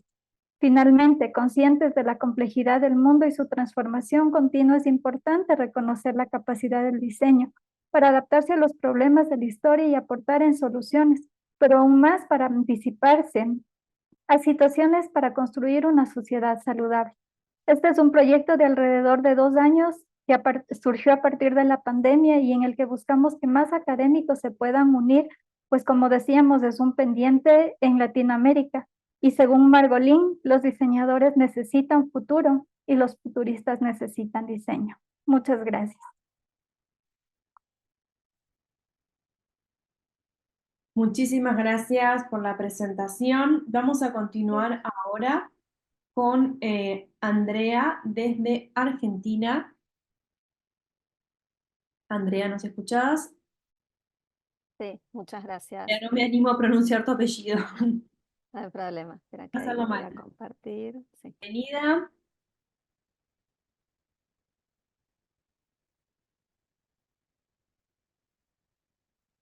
Muy bien, ahí ya vemos la presentación. Perfecto.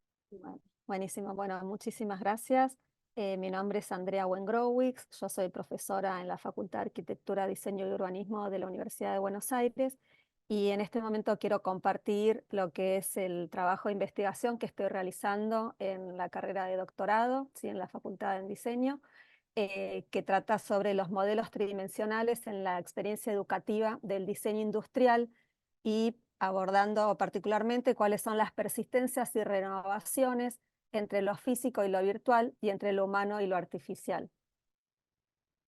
Particularmente, bueno, quiero presentar esta característica historieta de Mafalda, ¿sí? Que es un personaje muy argentino y que está más vigente que nunca, digamos, para lo que es esta investigación, esta historieta que habla acerca de el mundo, ¿no? En este caso está Mafalda explicándole o preguntándole a su muñeco, mira, esto es el mundo, ¿ves? Y hay un planiferio, así un globo terráqueo, y le dice, ¿sabes por qué es lindo este mundo?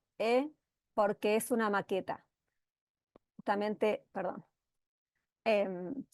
habla que el original es un desastre. O sea, hace esta relación directamente entre lo que es la realidad y la representación de la realidad a través de una maqueta.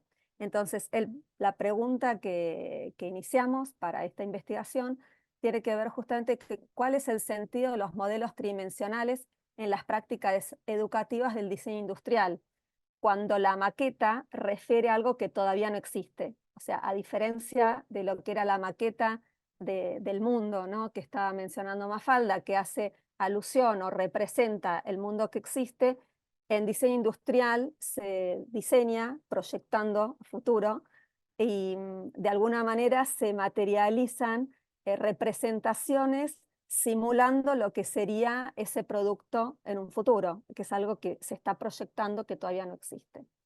Entonces, en la investigación justamente tratamos de problematizar e indagar sobre el lugar que ocupan los modelos tridimensionales en la formación del diseño industrial, atravesado por los cambios tecnológicos desde la filosofía y la neuroeducación. O sea, justamente tenemos el enfoque en la enseñanza y en el aprendizaje del diseño, ¿sí? Obviamente se usan estos modelos también en la práctica profesional, se pueden seguir indagando en otras áreas, pero nosotros en esta tesis nos vamos a centrar en lo que tiene que ver con la educación en la Facultad de Arquitectura, Diseño y Urbanismo de la Universidad de Buenos Aires. Entonces nos preguntamos cómo son las prácticas de enseñanza con la inserción de los modelos tridimensionales corpóreos y cómo se relacionan con el proceso de aprendizaje del diseño industrial, cómo está cambiando la práctica educativa en diseño industrial, qué persiste y qué se modifica en lo que respecta al sentido que tienen hacer modelos, maquetas de estudio, maquetas realistas y prototipos a lo largo de la cursada según los diferentes niveles de la carrera y con el empleo de las nuevas tecnologías de dibujo como las de fabricación digital. O sea, nos vamos justamente a centrar en estos diferentes niveles de lo que serían los distintos momentos de la carrera de los estudiantes, que van a tener diferentes, seguramente, digamos, respuestas, ¿no?, a cómo se utilizan o cómo recurren a estos diferentes dispositivos. Lo áptico y lo óptico constituyen dos dinámicas de la mirada, como las posibilidades del cuerpo y de los sentidos. Y esto es una definición del filósofo francés, que es muy interesante porque esto también va a recorrer todo lo que es la investigación, porque habla un poco acerca de lo óptico y lo que se puede tocar, ¿sí? Porque particularmente en diseño recurrimos siempre, o particularmente o mayormente, a lo que se puede ver, pero ¿qué pasa también con lo que se puede tocar, ¿no?, con lo que se puede percibir a través de otros sentidos? Entonces nos preguntamos cómo están cambiando y evolucionando los modos y sistemas de representación en 3 dimensiones, puntualmente entre las relaciones entre lo analógico y lo digital, y entre lo real y lo virtual, con los avances de las tecnologías de representación y fabricación digital, y fundamentalmente cuáles son las implicancias que tienen las hibridaciones entre lo humano y lo artificial para comprender y de alguna manera aprender el conocimiento proyectual. Nosotros, digamos, centralmente queremos poner en tensión y debatir cómo las tecnologías de representación y fabricación digital pueden modificar la didáctica de nuestra disciplina. E insistimos en que los modelos corpóreos son necesarios y son indispensables como recursos para poder comprender la escala, la ergonomía, la morfología, lo comunicacional, la tecnología, y permiten también provocar sensaciones, vivenciar emociones, interactuar y experimentar a través de diferentes estímulos sensoriales, y de esta manera se puede favorecer a la innovación, considerando y reformulando las diferentes interfaces con el objeto. Recurrimos a esta definición de interfaces de Boncier cuando hablaba de que son los espacios de articulación que permiten conectar el cuerpo humano a través de los sentidos y el objetivo de una acción y un artefacto o una información en un ámbito de la acción comunicativa. La maqueta entonces la entendemos como una interfase, como una herramienta con intencionalidad didáctica, como una estrategia de enseñanza y como un medio de comunicación. Entonces también recurrimos a estos conceptos muy, digamos, apropiados, ¿no?, para lo que tiene que ver con las áreas de diseño, de las disciplinas proyectuales, con el dibujar, hacer maquetas, croquisar, es un hacer que se convierte en una forma de pensar en el que manos y pensamiento quedan unidos.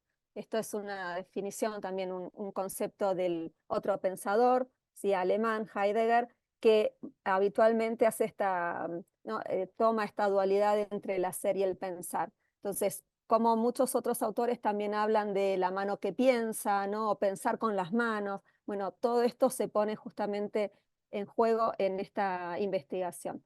Cómo contribuye la experimentación y la interacción con modelos y prototipos físicos al proceso de comprensión y construcción del conocimiento de los estudiantes de diseño industrial en FADU desde la neurodidáctica, es el enfoque innovador que queremos también trabajar en esta tesis.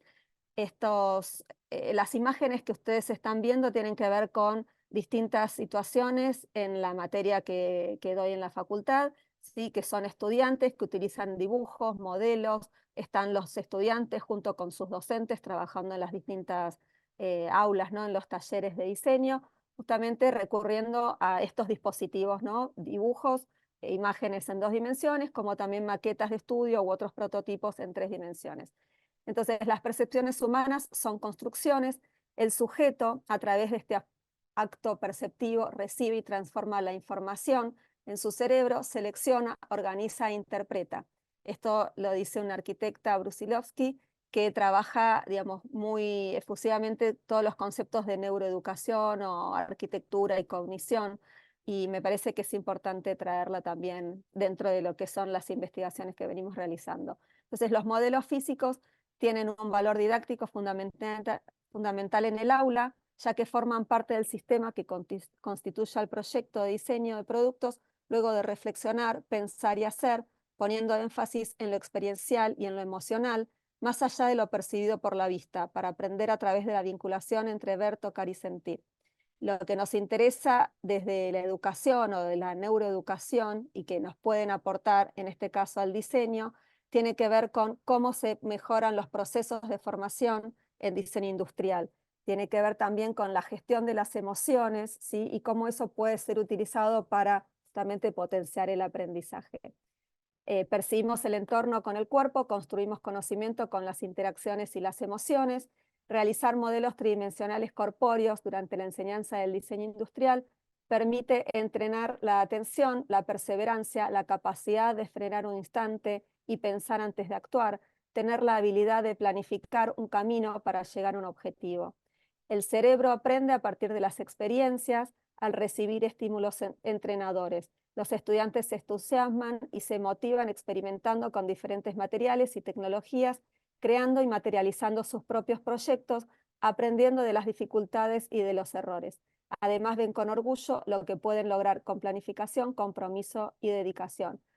También está obviamente, digamos, implícito acá la relación con los otros estudiantes, donde también la práctica de enseñanza en la facultad, también una universidad masiva, donde se trabaja de manera colaborativa, se aprende de los errores y de los aciertos de sus compañeros, etc.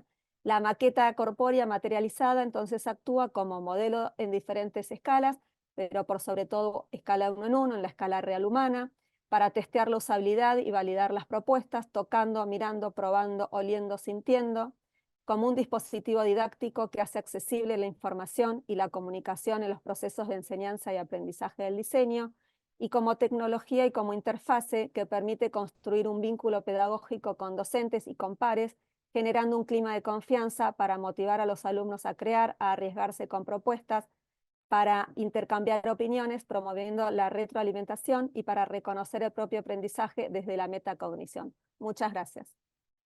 Muchísimas gracias por la presentación, súper interesante. Me encantó también ver ahí un poquito de mi facultad, también los banquitos y las mesas. Muchas gracias. Vamos a continuar ahora con Erika. Hola, buenos días. Un segundo y comparto. Erika está desde México. Muy bien, ya vemos la presentación. Listo. Hola, buenos días. Bueno, pues voy a hablar de diseño y complejidad. Y para hablar de complejidad retomo una cita que que realiza Edgar Morin. Y él nos menciona que la complejidad no es un fundamento, es el principio regulador que no pierde nunca de vista la realidad del tejido fenoménico en el cual estamos y que constituye nuestro mundo. Se ha hablado también de monstruos y yo creo efectivamente que lo real es monstruoso. Es enorme, está fuera de toda norma, escapa. En última instancia, a nuestros conceptos reguladores, pero podemos tratar de gobernar al máximo esa regulación. Lo que nos quiere decir Morán es que la realidad escapa a nuestro pensamiento, es enorme, es sumamente monstruosa, es un tejido enmarañado que lo que podemos hacer es un acercamiento a tratar de entenderlo, pero bueno, pues es una tarea sumamente difícil. Perdón. El mundo en el que nos situamos puede ser representado o si lo tratamos de visualizar como una red neuronal en la cual cada una de las partes están interrelacionando y se crean relaciones las cuales buscan generar una relativa estabilidad, regularidad, que lo que hace es tratar de asegurar su existencia dinámica, incluso la propia vida del sistema. Esto quiere decir que, bueno, los subsistemas están buscando estas interrelaciones continuamente porque en el momento de aislarse, pues carece de vida y se pierde o deja de existir dentro del propio sistema. Bajo esta perspectiva, pues los diseñadores en esta complejidad, en este mundo complejo, lo que hacen o tratan de hacer es, lo que buscamos son soluciones para la humanidad en el día a día, en la vida cotidiana, en lo cual nos enfrentamos a problemáticas multifactoriales de diversa índole. Y estas situaciones nos motiva a los diseñadores a generar nuevos enfoques y nuevas perspectivas. Y bueno, y realmente hablar de complejidad o de estas problemáticas, pues no es nuevo. Ya en 1992, Richard Buchanan nos habla en su artículo Wicked Problems in Design Thinking, justo de estos problemas que aparentemente no tienen solución. Nos habla de tecnología, de cultura, de comunicación, de sociedad, y empieza a hablar de todos estos factores que hacen más complejo la tarea del diseñador. Y entonces, bueno, desde entonces, pues se ha seguido pensando, replanteando, buscando cómo dar solución a estos wicked problems o problemas perversos que pues hasta ahora pues siguen presentándose y cada vez con mayor complejidad. Entonces, el diseño, pues, al tratar de dar respuesta a problemáticas hoy en día, pues algo muy importante es el cuidado del medio ambiente, la tecnología con la emergencia de la inteligencia artificial, las dinámicas culturales y sociales, pues empiezan a surgir enfoques como el diseño centrado en las personas, el diseño sustentable y estas son importantes, por supuesto que sí, pero también es importante empezar a considerar enfoques no solo multidisciplinarios o interdisciplinarios, sino también enfoques transdisciplinarios que hagan cruces entre diversas disciplinas, lo que va a ayudar a entender estas problemáticas desde diferentes ejes, lo que va a contribuir con soluciones más integrales. A este respecto, en mi tesis, en mi investigación para el doctorado, pues yo retomo un tema que es el análisis semiótico del diseño de envases desde la semiótica de Peirce, donde sitúo al objeto, en este caso el envase, como un vehículo semiótico. Finalmente, el diseño es un constructor de mensajes, un constructor de una cantidad de significados. Por lo tanto, pues el envase es un vehículo semiótico, el cual se va a interrelacionar con las personas y la semiótica nos va a permitir tener un acercamiento hacia estas interrelaciones. La semiótica de Peirce es un enfoque cognitivo que, no, que lo que busca es entender a través del conocimiento y la experiencia del individuo, entender justo cómo se están construyendo estos signos y estos significados.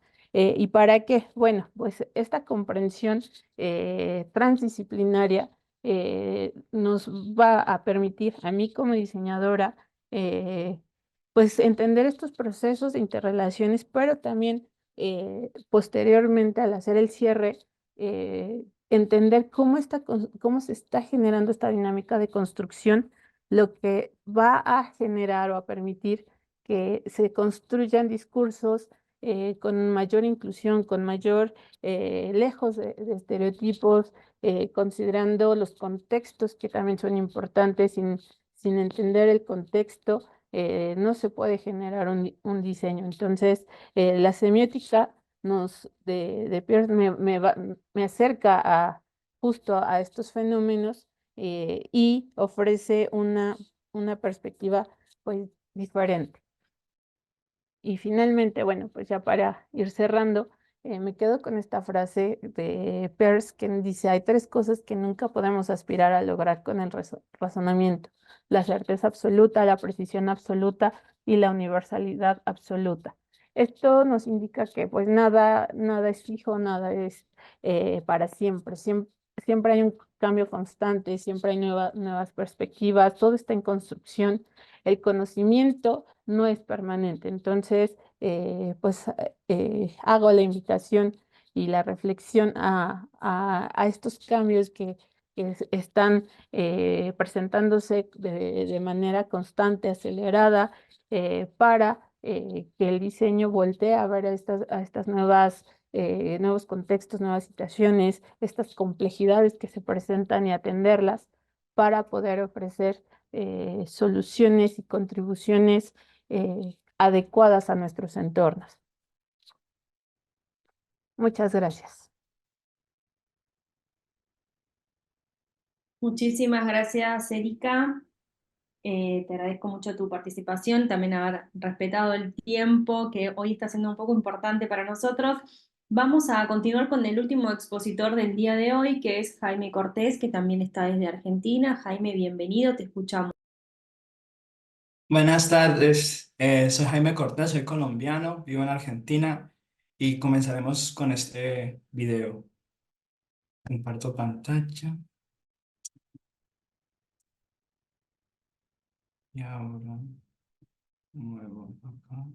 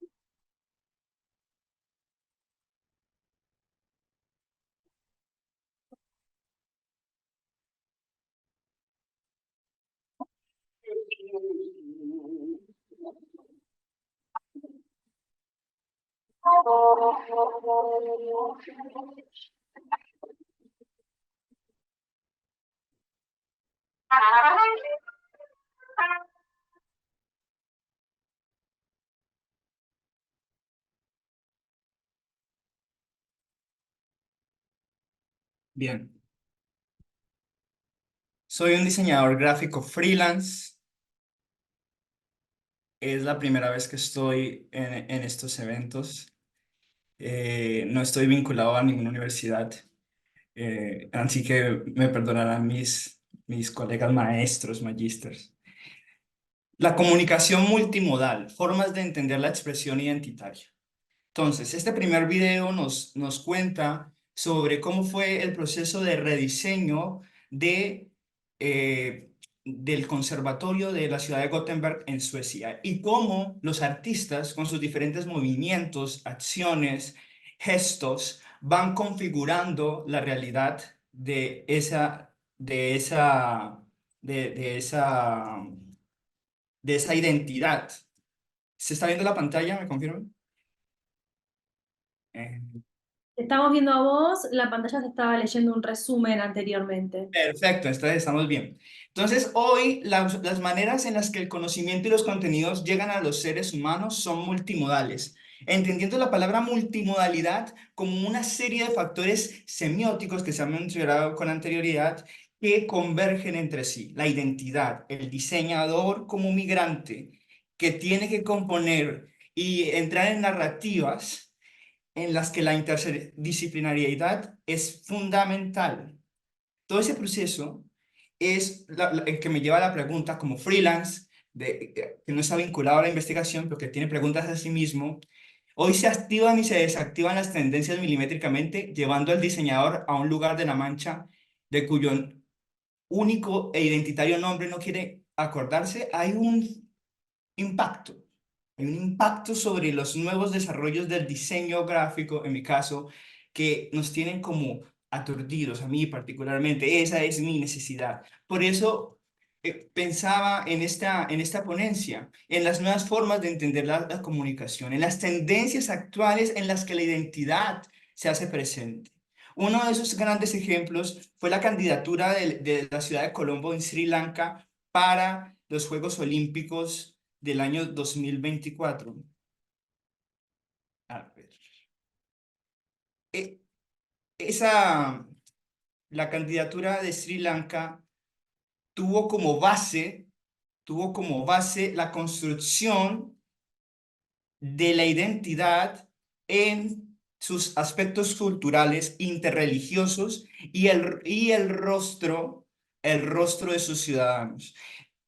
Entonces, contemplamos cómo los rostros y las maneras en la que el ser humano en su fisonomía de los srilankeses constituyen elementos de identidad y patrones que se pueden volver e integrar en un sistema de identidad. Entonces hemos encontrado, o yo me he encontrado con estas miradas de multialfabetización, un poco lo que la Bauhaus pretendía en los años 30, de la integración de diferentes formas de entender el conocimiento, la multialfabetización, de que como freelance mi relación con el cliente debe ser también de pedagogía, de enseñarle, de que la investigación no solo puede estar enmarcada en un contexto académico, sino que tiene que salir a la realidad. Y los freelance necesitamos también esas maneras de reflexionar. Muy bello el ejemplo que les muestro porque integra el hinduismo, el budismo, el islamismo y el cristianismo en los Juegos Olímpicos. Dogmáticas religiosas que interactúan y configuran un diseño de lenguaje visual. Los rasgos más sutiles y más característicos del alma de un pueblo solo pueden ser reconocidos en sus creaciones artísticas, dice Gombrich.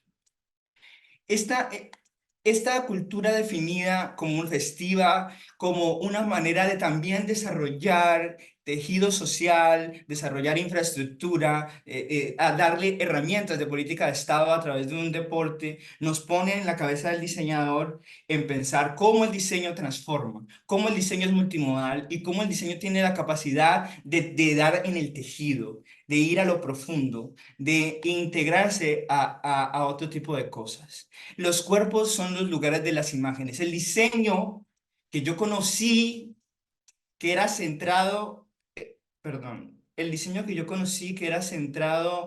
en el objeto por encima de las personas cambió dramáticamente. No existe más. Hoy las personas, como lo mencionaban algunos colegas en las anteriores investigaciones, son parte y son importantísimas a la hora de configurar un diseño. Entonces, también hay otro ejemplo muy bello de cómo el diseño, ya se están acabando el tiempo, 5 minutos me quedan, cómo el diseño trae consigo cosmologías del pasado. En Colombia, en el Museo Nacional, hubo una integración de una exposición de la Edad Media, como la gamificación, como los objetos de expresión, como los rompecabezas.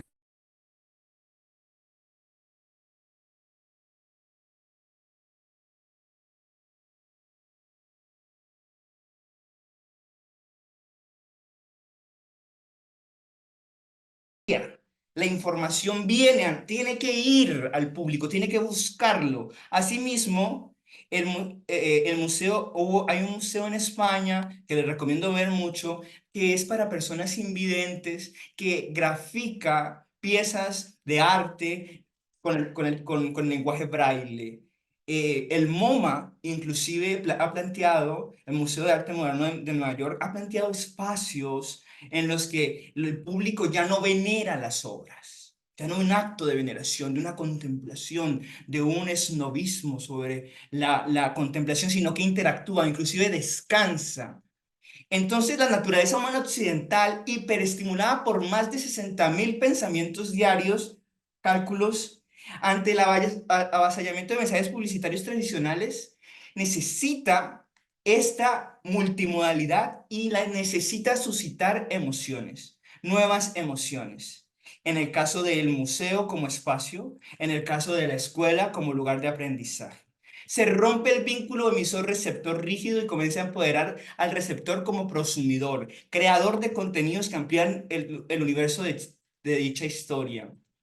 Hablamos del ópera, el alma del artista, el alma de las personas. Aquí, ya llegando al final de esta presentación, podemos contemplar, atónitos, yo en particular, cómo la construcción de la imagen está tanto interna como externamente, interna mental, externa mediática, configuran lenguajes nuevos, una gramática de la multimodalidad la que nombra el autor Bill Cobb, que nos pone ante los signos que sustituyen a las imágenes con sus rasgos sensoriales y afectivos. Hoy la comunicación es una respuesta ante un impacto, ante una sensación que necesariamente no tiene que ser de imágenes. Y el diseñador, como conclusión, migra a equipos multidisciplinares desarticulando por completo el núcleo de formación universitaria y migrando a otros fenómenos freelancers, en mi caso, con un lenguaje particular y único. Termino diciendo que lo teórico tiene que ser insumo de creación real y que en mi caso esa fue la motivación que me trajo aquí. Y les agradezco mucho la atención. Muchísimas gracias.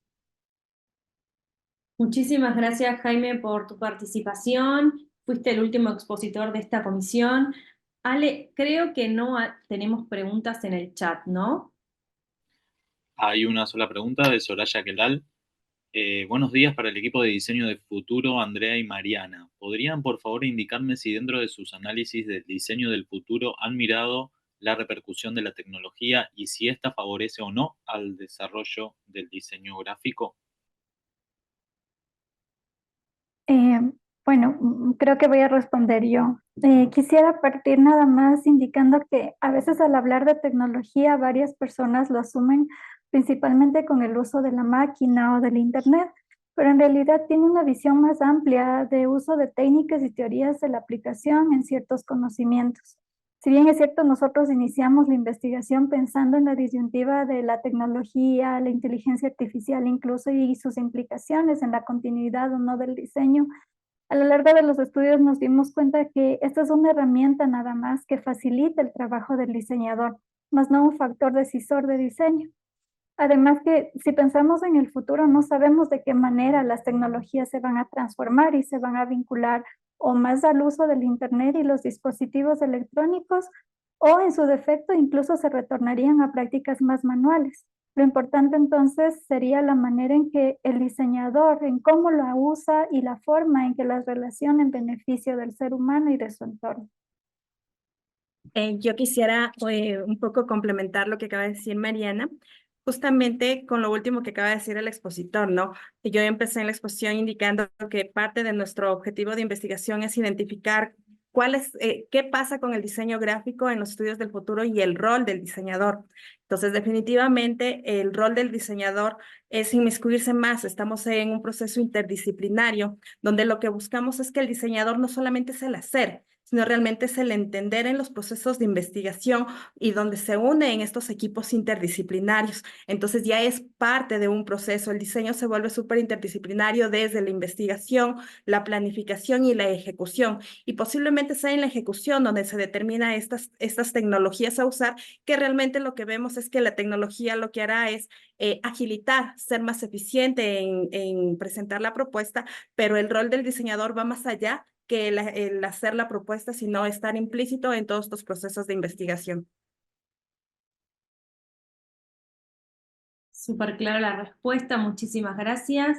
¿Hay alguien que quiera agregar algo más, hacer algún comentario? ¿Sería este el momento de hacerlo? ¿Alguna pregunta a algún colega? También los invitamos a que dejen sus contactos en el chat. Bien, entonces, si no hay ningún comentario más para agregar, quiero agradecerles muchísimo a todos por su tiempo, por haber participado. Esperamos que haya sido enriquecedor para ustedes escuchar las propuestas de sus colegas desde tantos lugares diferentes. Y los invitamos a presenciar la próxima exposición que tenemos, que se llama Comisión Social, que comienza a las 2 de la tarde. Los vamos a estar esperando. Muchísimas gracias por haber participado y nos vemos en breve.